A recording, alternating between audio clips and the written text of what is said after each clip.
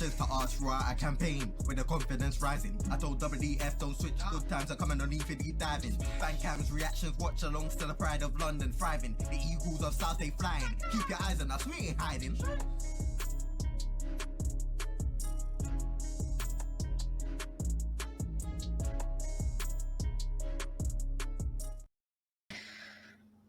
Hello and welcome to the TACT Eagle stream for the Crystal Palace away game at Everton, which I was going to go to if it was on a Saturday. But it's on Monday again. Yeah, so they're absolute pagans. I'm literally right. How ridiculous is I'm actually going up to Liverpool this weekend for a weekend away, and we booked it before they moved the thing, and so now we're just having a weekend in Liverpool without watching the game. So. Anyway, how are you, JC? Yeah, I'm good. I've sealed my fate because I've now got my Spurs ticket. So Jeez. I've sealed my fate for us not scoring a goal there again, and also I've sealed my fate for getting at least 20,000 steps from walking from Seven Sisters. So yeah, I'm all right, man. How are you? Yeah, I'm all good. I've got I got my ticket the other day. Going to bring the missus as well. Bring Duda along. Now her record is for the first team is unreal. So I'm hoping that it's going to transfer to the Spurs game. Her record is 3-0 at home versus Spurs. That was her first game. Second game, I can't remember which way round it was, but 2-0 away at City and 2-2 away at Arsenal. Well, let me tell you about my record at the new Spurs stadium. I've seen a 4-0, I've seen a 3-0, and I've seen a 2-0. So by logic, it'll be a 1-0 now. So it should be a 1-0 now. But I haven't seen us score a goal in that stadium yet. And I've been there 3 times. I know this isn't to do with Everton versus Palace, but I don't think we've won at Spurs' ground for a long time. I think the last time we won was Martin Kelly. Yeah, Martin Kelly. And the last time you won a league game, Jesus, 1997. Damn. In the 97-98 season. But anyways, we digress. We're going to be talking about Everton. How are you feeling about this upcoming game, JC? It's a must-win, but we never win at their place. Yeah. I don't think I've ever seen us play well at their place.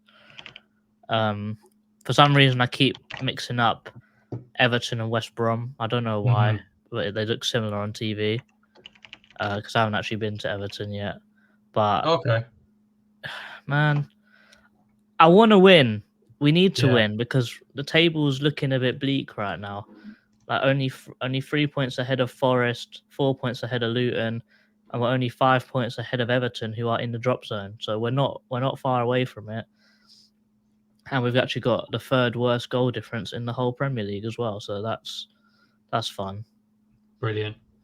And obviously with you saying that, I mean, Everton obviously should be a lot higher up the table, but they're going to be like for them it's a must 3 point as well. If you add was it 10 points, right? Mm-hmm. If you add 10 points to them, they go up to 11th. Yeah, I mean that's the thing, isn't it? Like they really shouldn't be where they are. It's only because they've been penalised by the Premier League that they find themselves in this position. So they're going to be all guns blazing. And say the last time we beat Everton at their place, let's have a look. When we beat them 2-3 in 3-2 in 2014 September. I think is that when did Christian Benteke score? No, that was way before. Sorry, Mile Jednak scored a penalty. Fraser Campbell scored, and Yannick Bolasie scored. Damn.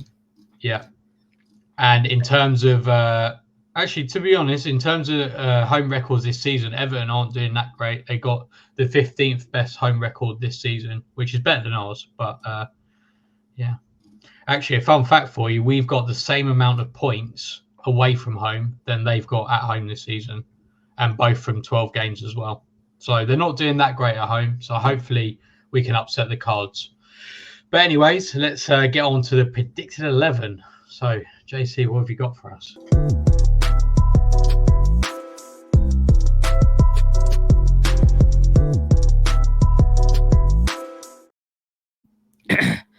So, in the predicted 11, we have got Mr. Sam Johnstone, who has to come back in goal. I think he has to. The fact that Sam Johnstone has played 16 games and he's conceded 22 goals, which is very good. However, Dean Henderson has played 8 games, so exactly half the games that Johnstone has played. However, he's only conceded 2 goals less than Sam Johnstone. So he's conceded 20 goals, where Sam Johnstone's conceded 22 in Brilliant. double the games. So I think my case is closed when it comes to Sam Johnstone in goal. Mm-hmm. And yeah, I think you can back that up with the numbers as well, because statistically, Dean Henderson has not been as good shot stopping wise as Sam Johnston. And to be honest, I don't think his distribution's better than Sam Johnston's. I think Sam Johnston's so better, worse, to be honest. So yeah, you can see it. If you just look at every single game that Henderson's played so far, whenever he's under pressure or whenever he kicks out, he can't hit the man that he's aiming for, or he kicks it straight out of play. Whereas Johnstone just doesn't let you do that. He always hits IU, he always hits JP. And if he does hit it out, he hits it out halfway down the pitch. He doesn't kick it straight off the field where he is. Filling out the rest of the team, the backline is Mitchell, Richards, Anson, and Munoz. I've gone with a slightly different formation because reports after the game that we just played is that Hughes came off because he was injured, which is nice to see. Well, I didn't know that. I wouldn't say. Oh, I'm not saying it's nice to see, but I'm just saying it sarcastically because we get too many injuries. So I've gone with a slightly different formation. I thought I was very impressed with how Lerma was going forwards in the Chelsea game. How he was really the only one to really be running around and trying to make something happen. So I've gone with Wharton as the only 6, with Lerma and David Ozo as the 2 8s, with basically the same front line. France on the left, IU on the right, and JP up top. What are you saying, Dan? Yeah, that's pretty much what I went for. And the only thing I maybe would change is maybe I would put Ahamada instead of Ozo, just because I think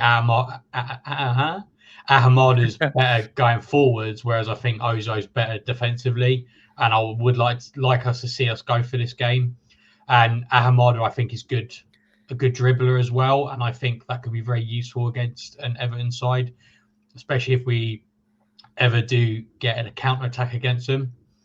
The only other thing that I was toying with the other day, because it was just something that I saw on Twitter, was I would be more happy, I think, to play França on the right and allow him to sort of come inside. Oh, Jesus. I just realised what I've said as soon as I said it. To move inside, to the middle of the pitch.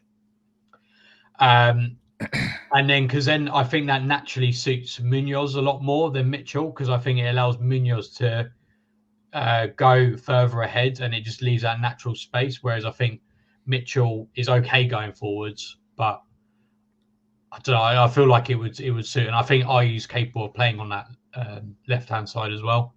So that's the only thing I would change really. Yeah, I think that it actually worked pretty well with França because of how one-footed Mitchell is. I think that with França moving inside, it allows Mitchell to pass to him a lot easier. Because when we were playing against Chelsea, you sort of saw a move like Mitchell has the ball. Let me get a ball quick. So Mitchell would have the ball, and we'd sort of do like a diagonal run. So França would sort of run inside here, whereas JP will run the other way. Mm-hmm.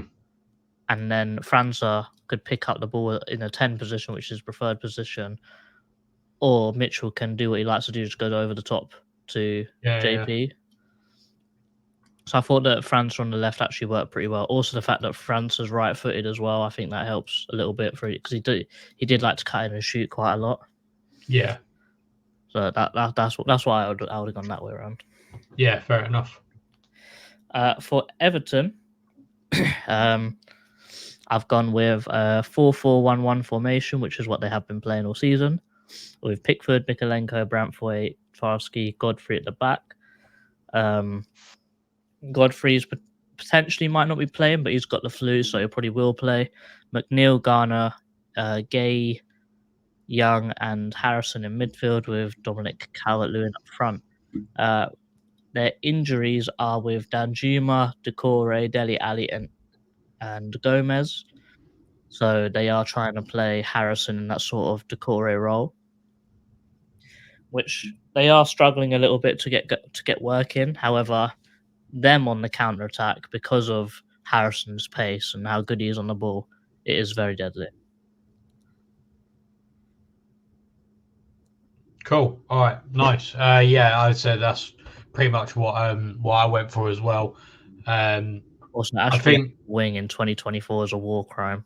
Yeah, that's hideous. I mean, he's got to be what, like 38? Like, let me Google it.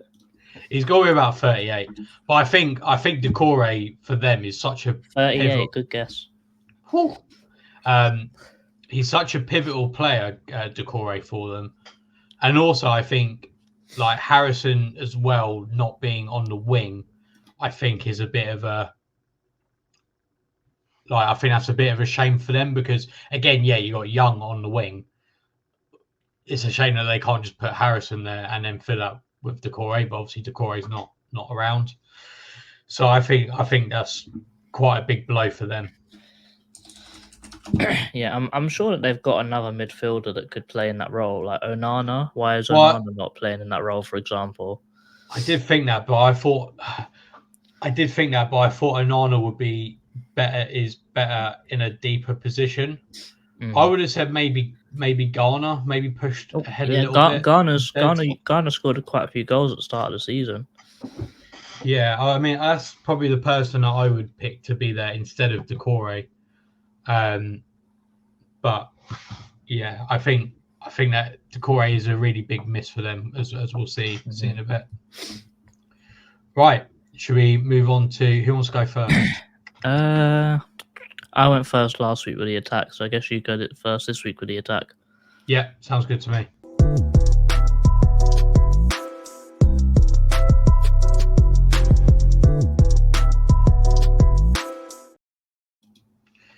Right, so let me get my tactics board up.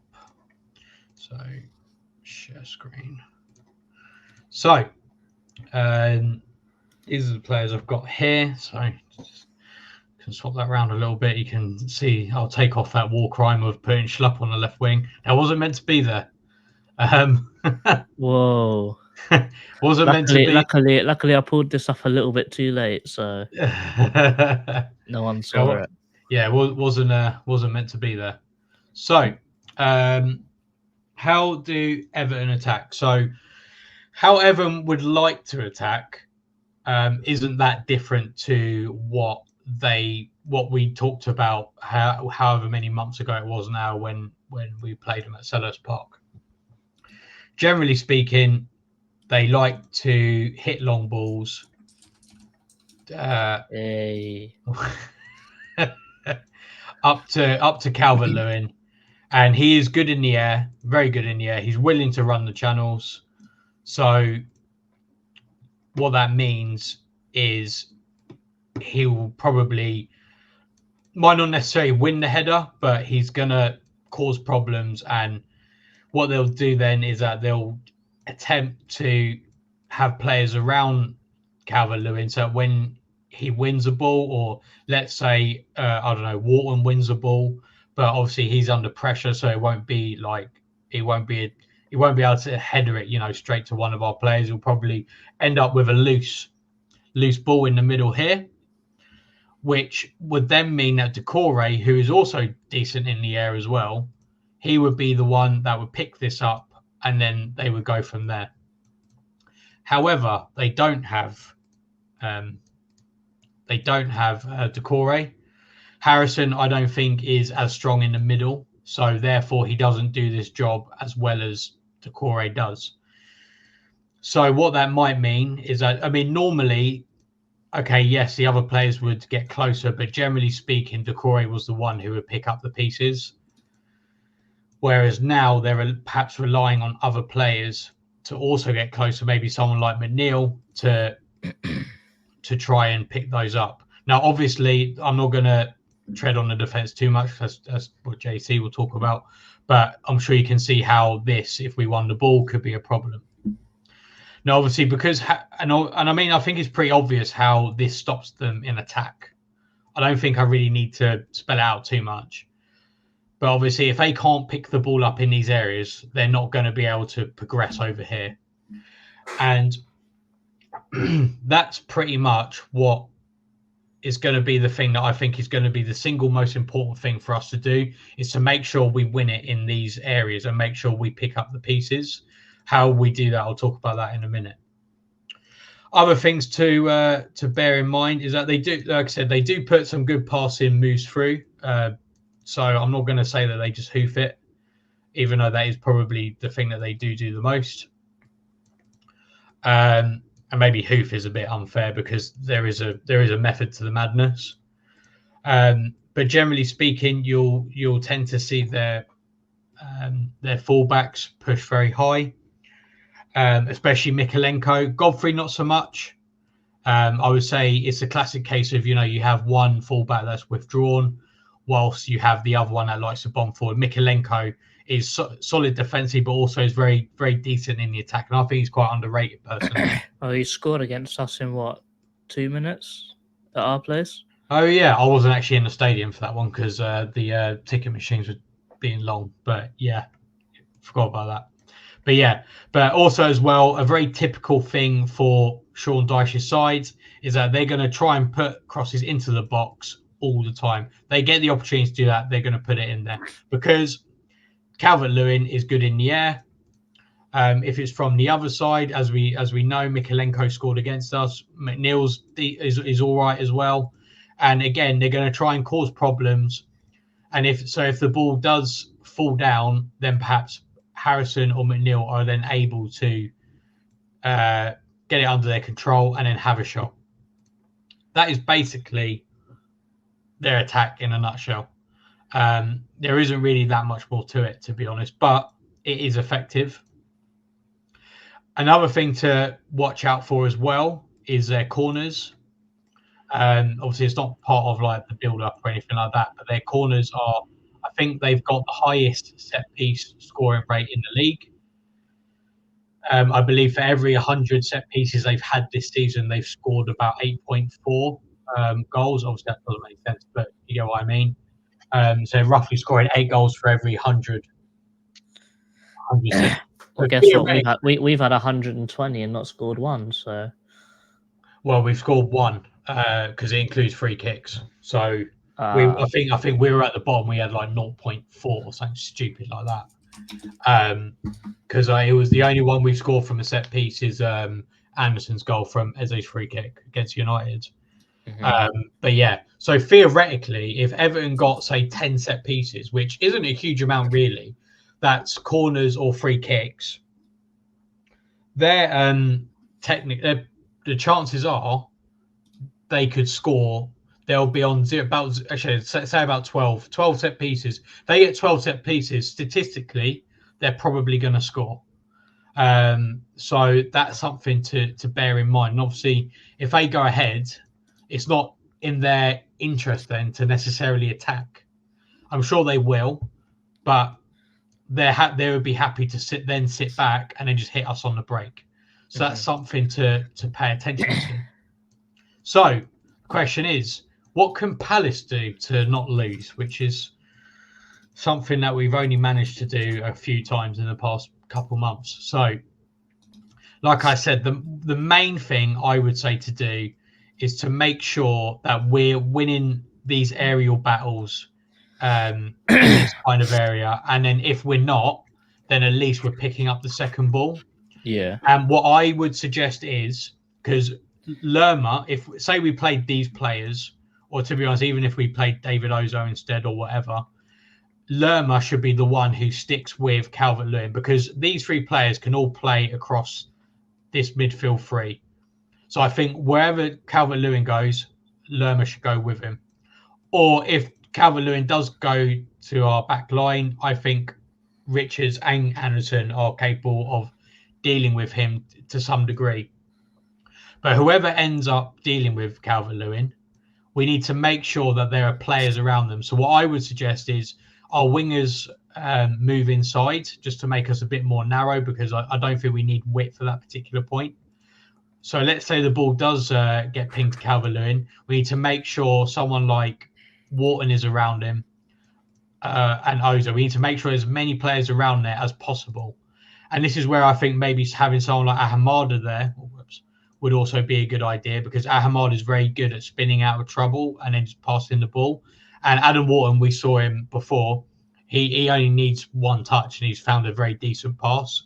So I think having those two around this kind of area, I think we can hopefully nullify that. And again, with Harrison perhaps not being as physically dominant as Decore, he's not going to be able to throw his weight around as much. And also, again, he's more of a, I would say, like a wide player than someone in the middle. So I'm hoping that can work to our favour. What else can we do? So in terms of defensively, again, we just need to make sure that when Mikalenko's here, if they're building on the wings, we need to make sure that we're not getting overloaded on these sides. So that'll mean IU will need to help. And ideally as well, if we're playing three midfielders, then the midfielders should come over and help as well. That's something that we did under Vieira, which I thought actually worked really, really well. Because you look here, unless Harrison moves out wide as well, or Garner moves out wide, you got three defenders versus two attackers, which is a kind of situation that as a defending team you want to be in, because they've got to get past more players. So that's another thing to think about as well. And then finally, the only other thing really is just to make sure that we're defending well from set pieces, and failing that, we're just trying not to give them. So that means no silly fouls in areas. So yeah, I'm looking at you, Jordan, are you? No silly fouls in like these kind of areas, this kind of area. None of that, please, boys. None of that. I mean, França gave away a pretty dodgy one right at the edge of the box against Chelsea. I think about 5 minutes in. Yeah, he did. Well, I didn't see it. I was at work, but yeah. So no fouls in any of these areas. So França, you're going to need to get that experience that you learned against Chelsea and make sure you don't foul people, please. So that's obviously that, and obviously I know. I mean, how do you say to a team don't give away corners? I mean, without saying don't give away corners. Like, if we can limit the amount of corners that we do give away, the better. And I think that is partially going to lay where, like, if we get to this position here and we have Calvert-Lewin here and Harrison's not able to pick up the ball, Garner's not able to pick up that second ball, then they're not going to get a corner, because they're not going to get into these areas, are they? So that's the key, really key battle, I think, that we need to make sure. And to be honest with you, I think aggressively pressing them up the pitch is something which wouldn't be a bad idea, because I think Branthwaite's good on the ball, but Tarkowski isn't so much.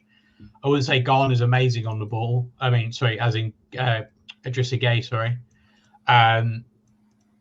Garner's decent on the ball. So I think they are a pressable team in that sense. So hopefully we can win the ball further up the pitch. And then nullify their attack in that sense. But also as well, I think if we are in this kind of mid-block, we shouldn't be too afraid of standing our ground a bit, because again, that's going to stop their progression. And if we make sure we don't give them overloads on the wings, then again, I think their progression is going to be halted, and that's how we're going to stop them getting into dangerous areas or winning corners, because, like I said, they have to get in those areas to win corners in the first place, unless something mental happens. And that's all I'd really say about Everton's attack and how we can defend, because, like I said, I don't think there's a huge amount to it, but I think they are very effective at what they do.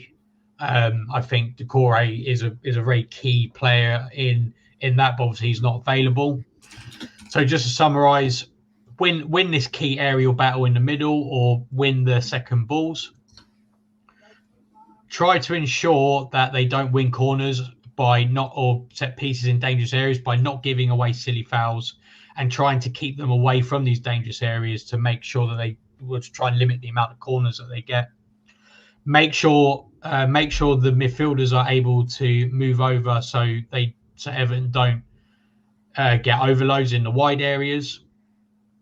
I would say stand our ground when we're in a mid block and try to intelligently press them when they're building out from the back if they choose to do so. They don't often do that, so maybe the press won't even be on anyway. Sometimes they just like to kick it long to Calvert-Lewin, and to be honest, if you try to press them, they'll probably just kick it long anyway. So press when necessary, but I don't think it's an essential part to disrupting them really. Cool. Any questions or anything? Any extra things you'd like to add? Or I think that how without Decore they've had to change a little bit, and because of without Decore they can't play that 2 up front, and they've tried doing the 2 up front with only Harrison and Calvert-Lewin, and it just hasn't worked. So Sean Dyche has tried to add an extra player up there. That's why he's playing Ashley Young. So Ashley Young will tuck into midfield while McNeil will go up and Harrison will pull out to the right. So you give Calvert-Lewin more options to head the ball to if the ball gets pushed up front, basically. Yeah. But I don't feel like it's working as well, purely because Decore is a very odd type of player to have that far up the pitch. It's like having another centre-back at striker, basically, and it's just hard to deal with. Whereas these players in the Premier League have dealt with wingers inverting for years now, so it's not the end of the world to deal with for them anymore. Whereas someone like Decore is a bit different; they have to work a little bit harder. But I think you're spot on with everything you said, mate. Nice one. Cool. So let's crack on with Yeah, I think as I'm going on about the defense, I just put something in the Eagle Eye Football chat you should have a look at, mate. Remember I told you to look at this guy called Jaden Villagine? Look at the goal he's just scored. But I'm gonna talk about the defense. Cool.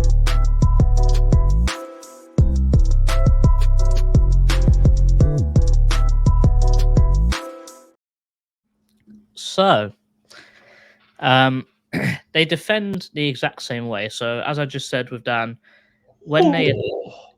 Oh, I've just seen that goal. Dang. You like it, yeah? I think, like I said, mate, I think you got to do your...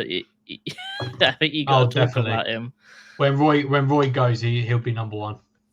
All right, cool. But, like I said with what you said about attack, he likes to do this 3 up front now. Whereas when they defend, he still does exactly what he done before. 2 banks of 4, and then the 2 up front basically just chase the hell out of everyone for the whole 90 minutes. So that'll be Calvert-Lewin and Harrison. But that does leave a lot of gaps in between the lines here. So Harrison and Calvert-Lewin will be doing a sort of a double press. But because of this, and because everyone else in their team is sitting so deep, there are easy passes inside here. And with someone like Wharton displaying what he's done for Blackburn and what he's done in his Chelsea game, which was incredible, by the way, the amount of times he picks up the ball from... He either wins the ball up high and passes it on, or he picks it up from Mitchell, or he picks it up from Anderson, turns, one touch, the ball's gone. With his ability and eye for a pass, this should be the perfect way of picking Everton apart. And remember I highlighted the way of saying it should. Because even though in this graphic here, Everton look like you can just pass any ball inside here and it'll be nice and easy. However, it will look a little bit more like this because Everton want to. I heard that, mate. Oh, Jesus. Again. I'm going to get myself a reputation. Yeah, Farty McGee. Oh man, I've lost composure again. Okay, yes. So it will look a little bit more like this. They want to try and stay as compact and not leave any space in between the lines whatsoever. However, what this does mean, because of the fact that it looks like it's almost impossible to pass through, you can have a situation with what happened with I think it was Aston Villa. Even though they beat Aston Villa, I think Leon Bailey was on the wing. So let's use Ayew as an example here. I'm not saying Ayew can do this. I say it's more França. Let me use França in this. So they had Douglas Luiz picked up the ball and he was sort of going forwards. You had these guys trying to steal the ball from behind. And França, or not França, Leon Bailey, because the space here is so small and it's so congested, he basically done a nice curved run going between the centre back, the midfielder and the winger, and the centre back and the fullback. Basically, one swooping run at almost full speed, and Douglas Luiz dumped a ball about here. And because of the speed, he ran straight through both the lines, tapped it over to Watkins, who also made the run, who just tapped it in the goal. So that was a very, very, very simple way of completely disregarding their low block and their aim to stay compact and everything. And I'm not saying that it's easy to do, but I'm saying that with someone's speed of França and the passing ability of Wharton or even Anderson, we could replicate this. I don't think that's too out of our range to think we could replicate that. Yeah, no, I don't think so either. Because like you say, I mean, Wharton was pinging some crazy passes before. France is quick and is able to pick out a pass. If Mateta's there, I think he'll finish that. So I think even though it's all good, because if we're trying to play through this, it's not going to work. You go there, they all swarm, and you ain't getting out of there, basically. Yeah, I mean, I remember watching... Mateta's done some nice step overs. He's just not making his way out of there. No, definitely not. I mean, I remember because I watched their game against City the other day, and even City, I thought, was struggling to break that down. Yeah. Yeah, Nicky's just seeing that video as well. He's saying it's a violation. So what? What is it? It's a Rabona, isn't it? A Rabona. Oh, mate. Yeah. That's just like the thing is with like a Rabona. Sorry, I know it's a bit off topic, but like with a Rabona, it's like I don't know how to do it. Do you know what I mean? Like I play football like most weeks, and I don't know how. Like I don't physically can't know get any power behind it. That's the problem I seem to find. Yeah, like I have no idea at all. But yeah, France is going to Rabona it into the top corner. I hope so. So that's one way I would say that we should try and target. Use the pace. They are great in the air, so I wouldn't say crossing it is the best thing to do. But if there is no other option, then why not? Mm-hmm. Some other things I picked up on that aren't very tactical, but they're very vulnerable to shots outside the box because of how they play. Really? Okay. So when we have the ball and we're running towards the goal, their whole back line will look like this. But as you're running towards them, they'll all move back systematically. So, for example, when I said about that ball being played, it was played from about here. Okay. So very far out. It was like a 35-yard pass. So as you run forward with the ball, they'll back off until they're basically on top of the keeper here. And they're basically defending for a corner. That's what it's like. If you run the ball to the touchline, which I loves to do, their midfield and their defense will genuinely look a little bit like this. So you've got Harrison trying to be that bridge between him and Calvert-Lewin, and then you've basically got 8 man just standing in the box trying to head this ball away. But because of this, you're leaving vital space outside of the box for a shot. I don't know if you've seen the goal that Richarlison scored against them, where Maddison got the ball on the outside of the box about here. Richarlison was just about standing next to him, and he just passed it across, and he just went whack straight in the top bins. Mm-hmm. So they don't push out. They love to retreat, but they don't push out. They're not very aggressive when they defend. Also, because of how tight and compact they are, with people like Munoz, with Ayu, with even França or Ahamada at sometimes, they're so compact and in the middle that if you're out wide, they won't press you. You have a lot of time out wide, so you can pick your pass very clearly. So França out here, he could either put the ball in there or he could pass. He'll have the time, and for a young player, he needs time, and he'll thrive off of a game like this because he'll have a lot of time on the ball. Obviously, when he's running and he's trying to break away, he won't have time on the ball. But if they're already sat and they're set in their ways in the box, he'll have so much time on the ball because they won't press out. Ashley Young and Godfrey, their first instinct isn't to rush out. Their first instinct is to make sure they're zonally marking their area. And that is what they love to do when they defend. Zonal marking is their best friend in the box. And I'd probably say that's the worst place to zonal mark in the whole pitch. You know I hate zonal marking, and it just doesn't work. It just doesn't work. I don't know. We do it sometimes. It just doesn't work. So just get rid of it, please.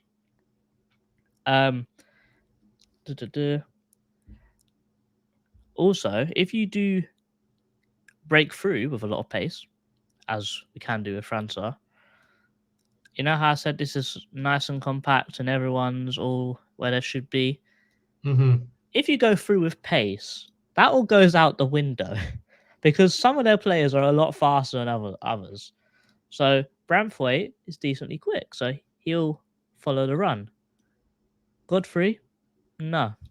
Tarski, no. Mikolenko, decently quick. There's been scenarios where a team has run through on goal, and genuinely, this is sort of what their backliners look like. But 1, 2, 3, 4, purely because of their speed. And I can't remember who it was, but one of the teams, their striker was on the right side of Tarski, passed it in, and he just twatted it straight in the top bins as well. So Mateta's decently quick when he wants to be. He could easily be getting this kind of scenario. He could get in front of Tarski. And remember, with Mateta, if he has time to think, he'll mess up the shot. If he has to hit it on instinct, he'll score every time. That's why he missed the Chelsea chance. I guarantee it. Brilliant. Like with most teams, one-touch football just leaves their whole backline in the shambles. If you're bopping it in and out, they have no idea what to do. But I don't think we really have the players up front to be playing like that at the moment. With Eze and Elise in that team, maybe. But right now, I don't think that's the case. I think we should try and run in behind is probably our best option. And because of everything that I've just said, they are so vulnerable to counterattacks. They are just like us. They love to concede late on. They love to concede very early after kickoff, whether that's first half or second half. They love to concede from counterattacks. They have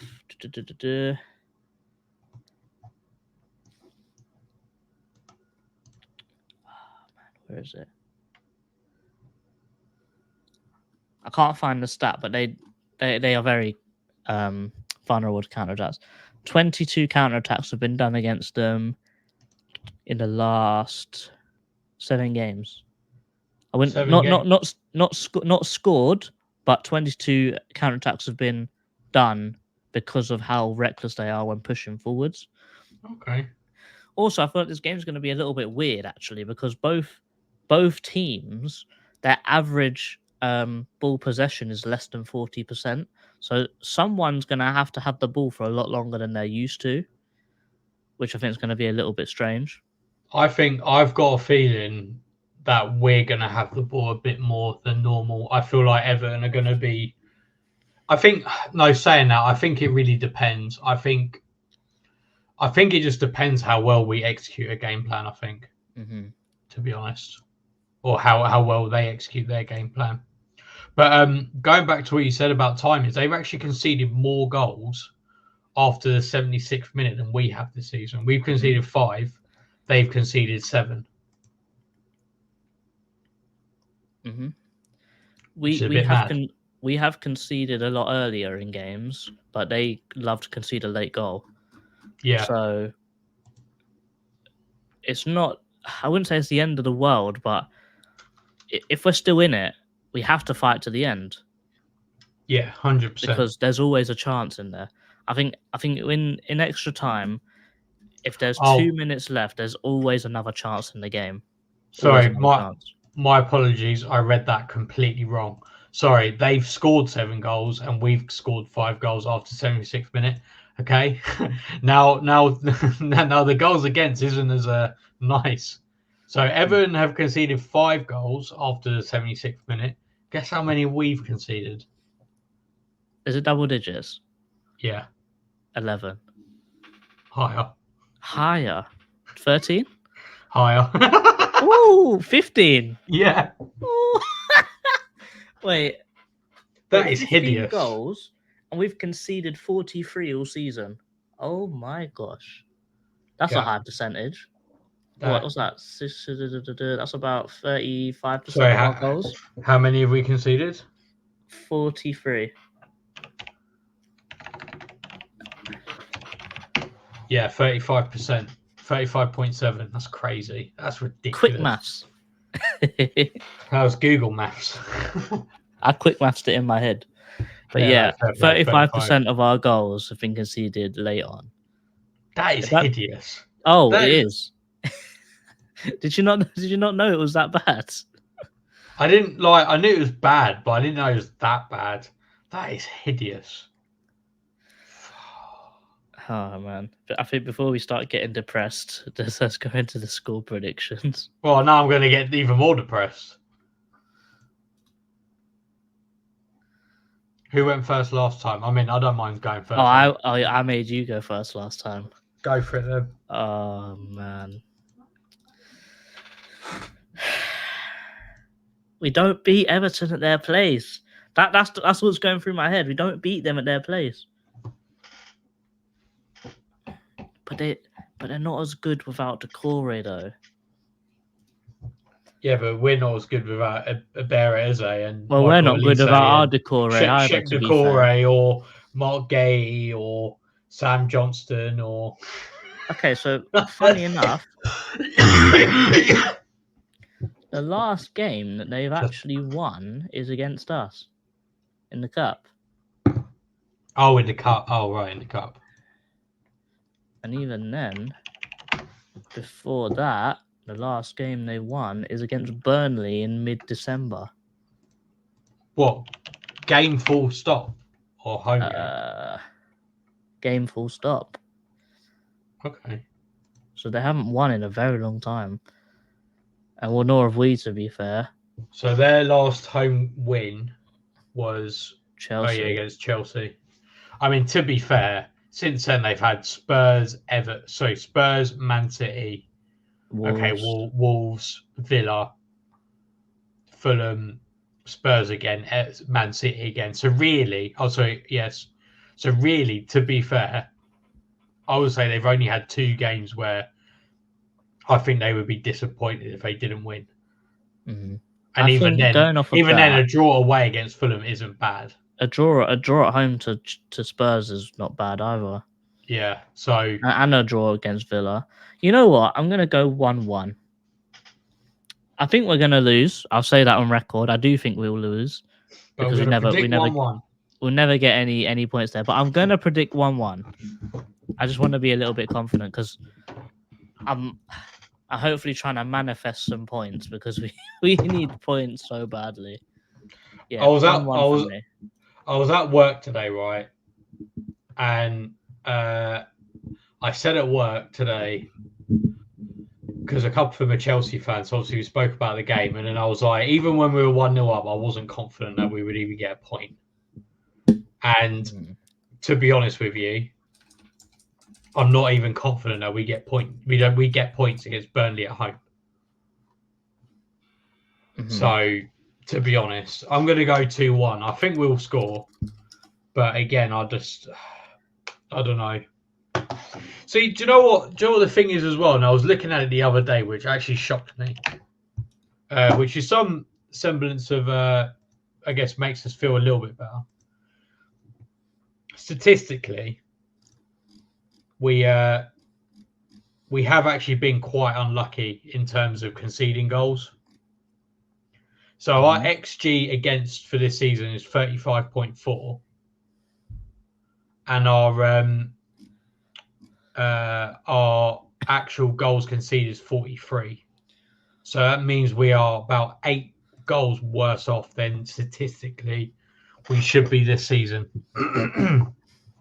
So who knows? Hopefully the XG gods will be good to us in the last 14 games. It means we keep loads of clean sheets. But is that because of Henderson's lack of save rate that's messed that up a little bit? To be completely honest, Johnson's isn't much better than because if you look at the post expected shots, which for people watching, if you don't know what that is, post shots expected goals is basically how likely the goalkeeper is to save that shot. So it doesn't matter what the XG is; it just matters how good the shot is. So I think it relates to where exactly in the goal it goes and how fast it's going. So obviously, if it's in the bottom corner, it's going 100 miles an hour. It's going to have a post shots expected goals of like 0.99 or whatever. Whereas, like, you know, if it's a daisy cutter down the middle of the goal, then it's probably going to be like 0.01 or something. Yeah, if it's Ayu's first shot against Chelsea, it'll be that. Yeah. So per 90, right?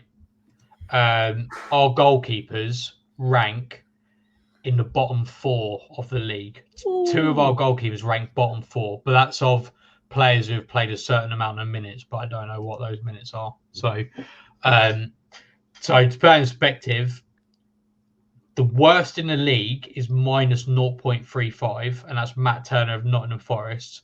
Dean Henderson is minus 0.33, and Sam Johnson is minus 0.28. So neither of them have had good seasons. Much better. No, neither of them have had good seasons statistically in terms of shot stopping. Just to give you an example of, I guess, the opposite end. So the keeper with the best is Vicario at Spurs, and he has a post shots expected goals of plus 0.28 per 90. So he's had an excellent season. So if you kind of flip that and look at Sam Johnson, who's got the equivalent but in minus, really that's a pretty crap season, and Henderson is slightly worse than that in terms of shot stopping. Cool. So there you go. So hopefully the footballing gods will allow us for a little bit, but we'll see. allow me. I'm gonna get rowdy. If you know, you know. You know where that's from, innit? No, I don't. To be honest. You don't know where that's from? No, what is that from? Another Hood. Everyone knows Another Hood. Oh, I've never seen Another Hood. What? No, you gotta watch it. I've never seen. I'll give you the DVD. Oh no, wait, you can probably stream it. Yeah, no, I've never seen it. Yeah, you should watch it. I'll put it on the list. All right, guys, thank you very much for watching. This is the TACT versus Everton, and yeah, stay tuned for the preview. And as always, up the Palace. Up the Palace. Eagles. Eagles. Eagles. Cheese rolls.